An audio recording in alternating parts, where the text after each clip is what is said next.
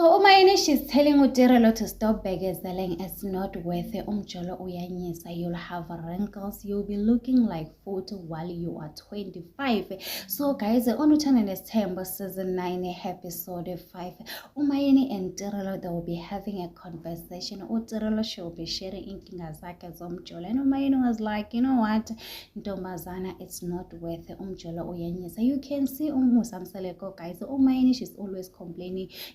What do you expect from Mpumelelo? And we all know that Mpumelelo wants to be Musamseleko, guys. This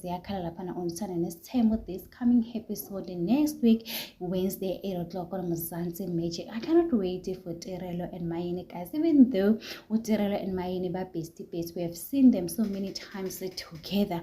One thing about Mayini, guys, is she will not force anything, guys. She's not those mother-in-laws that will lie to you, pretending as if she will tell you like this. You can even tell right now she's busy telling Samke, hamba Samke is not worth it. Ufunani ekhehleni. So anyway, guys, tell me in the comment section, what do you think about this? Do not forget to subscribe, so like, comment. Happy Friday. Please take care of yourself. I love you. Bye.